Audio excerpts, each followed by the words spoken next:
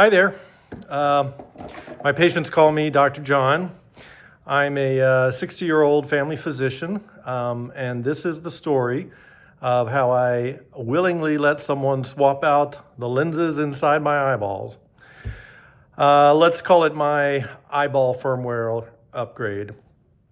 It is refractive lens exchange for the young and the hip, or cataract surgery.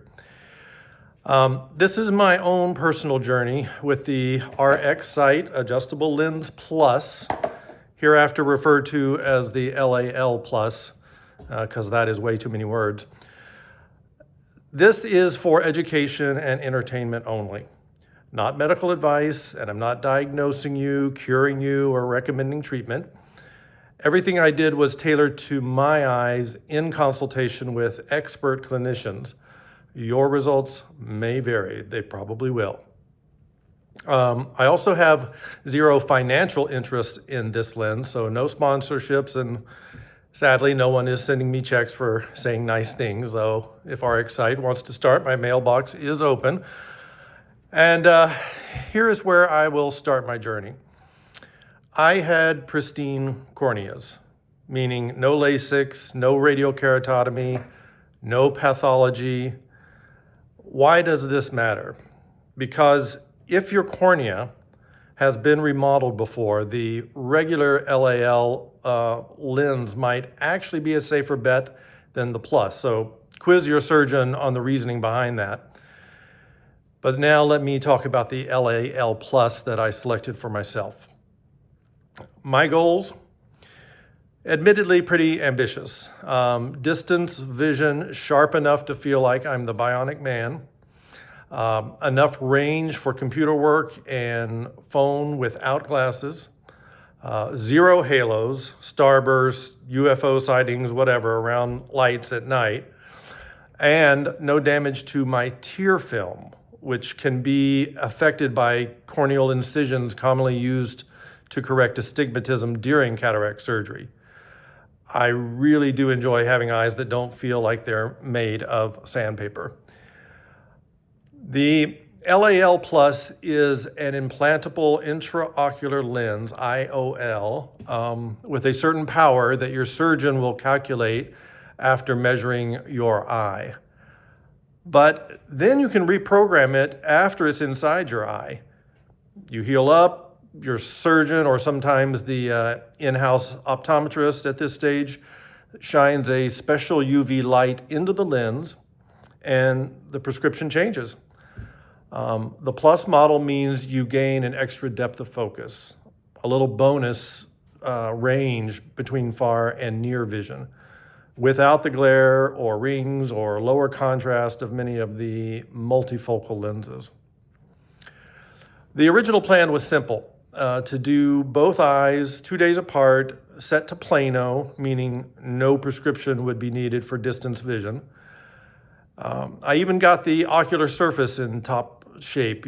Started some dry eye drops a month beforehand because a smooth corneal surface means more accurate measurements. I also went for the femtosecond laser upgrade. Think surgical sniper for making a perfectly round opening of the lens sac called the anterior capsule. This will nail down the lens placement. With the LAL Plus, that perfect centration matters, so I figured, why not start with a bullseye? Then surgery came day for the left eye, and wham, a big refractive miss. I mean, I did not land at plano, and it was not just a bit fuzzy. It was more like, this is not the lens we ordered and planned for. Now, with all the other lenses currently on the market, that miss would have been permanent unless I were to have more surgery to fix it. I'd likely be wearing glasses, but with the LAL Plus, it was fixable, but not instantly. You have to heal before you adjust. And in that time, my significant 2 diopter miss settled into only a 0.75 diopter miss. That's still enough that I would have been unhappy if I couldn't alter it. That changed my game plan. I canceled my right eye surgery for a month to make sure the left would settle and adjust with my first light treatment. Spoiler alert, it did. That month, I turned my house into my personal optometry lab. Trial contact lenses, trial lens kit, which you can buy online for about $150. Testing in bright sunlight, cloudy days, dim restaurants, night driving, the theater, tennis, concerts, you name it. By the end, I knew exactly what I liked and what made my brain yell, no, thank you.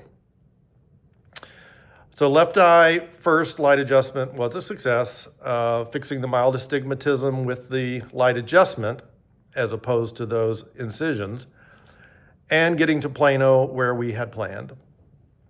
So right eye surgery day finally arrived. Boom, perfect from the start. 2015 vision immediately in that eye. And that became my gold standard. Soon it was noted that I had a trace of posterior capsular opacification, PCO. It's a little haze on the remaining posterior capsule behind the lens. It wasn't affecting vision yet, but it often progresses to the point that it does. The treatment is a YAG laser to open up the posterior capsule. And sometimes the lens shifts slightly after that. So I decided to handle it before my final lock-ins. Lock-ins were when you use UV light to cement the lens into its final shape permanently. I figured, why take the risk of getting everything perfect, then locking it in, only to find out after doing a YAG procedure down the road that my lens had shifted. I'd be back to needing glasses. I'd rather do the YAG while I still have control.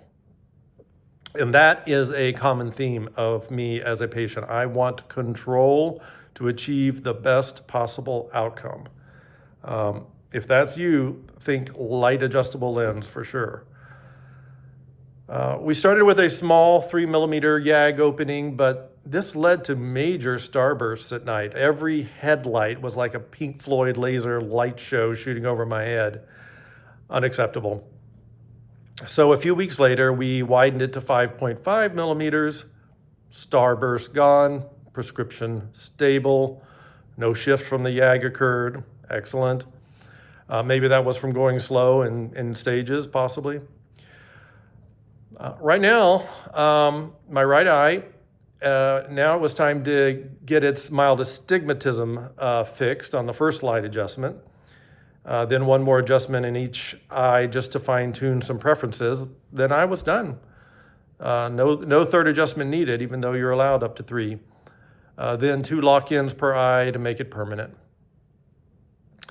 Originally, I planned mini mono vision, or blended vision it's often called, with one eye a bit nearsighted for close work and maybe the other slightly farsighted for distance.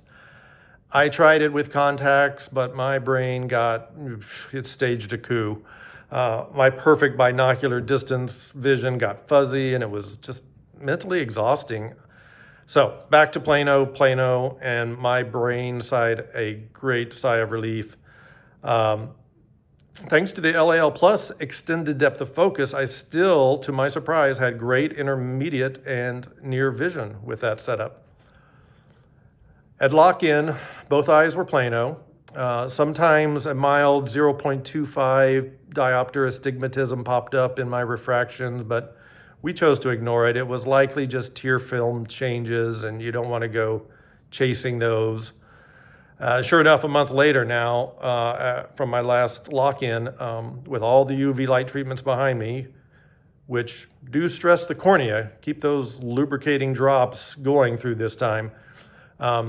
Anyway, my distance vision has improved to a 2013 on a Snellen distance chart.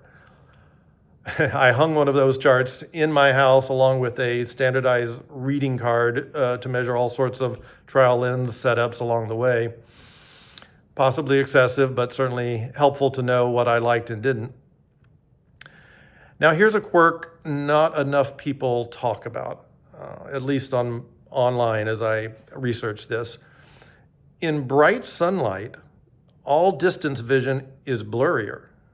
Why?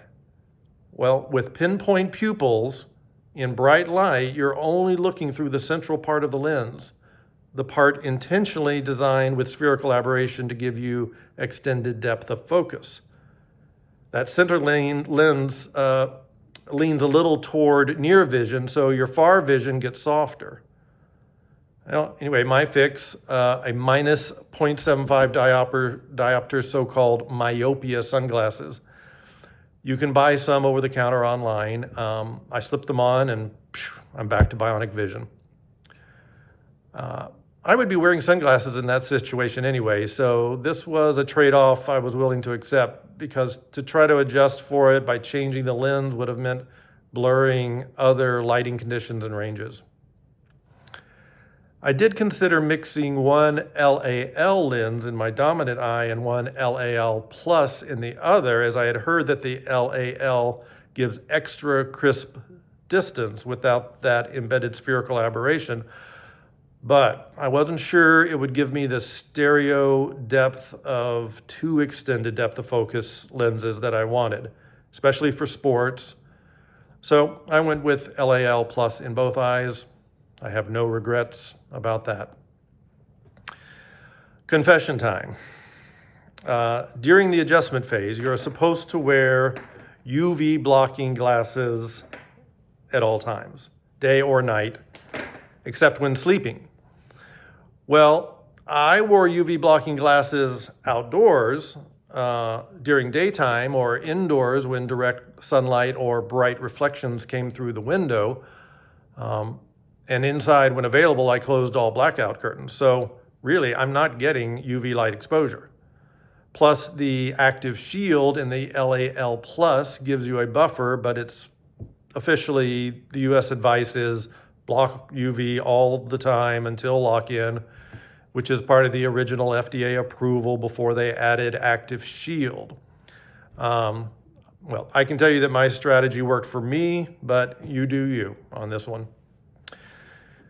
End result, crisp, stable, binocular, 2013 distant vision. My goal exceeded.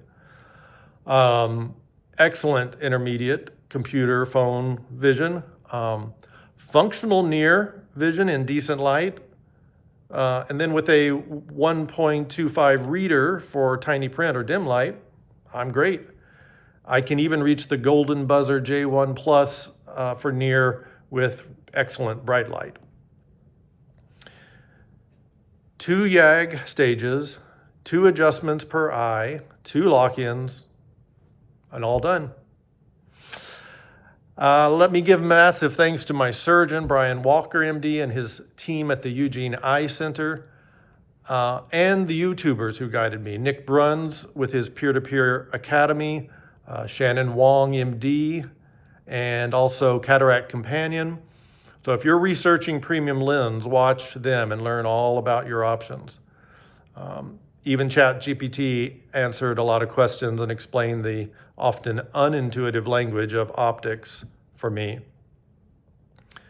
Here we are as of mid-2025, and boy, the LAL Plus is looking like a strong choice for the right patient. Healthy corneas, perfectionist tendencies, need for some control, and through it all, a willingness to actively participate in fine-tuning, accepting that no lens will be as good as your 18-year-old accommodating natural lens.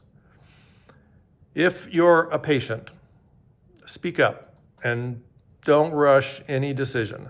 Time is your friend here.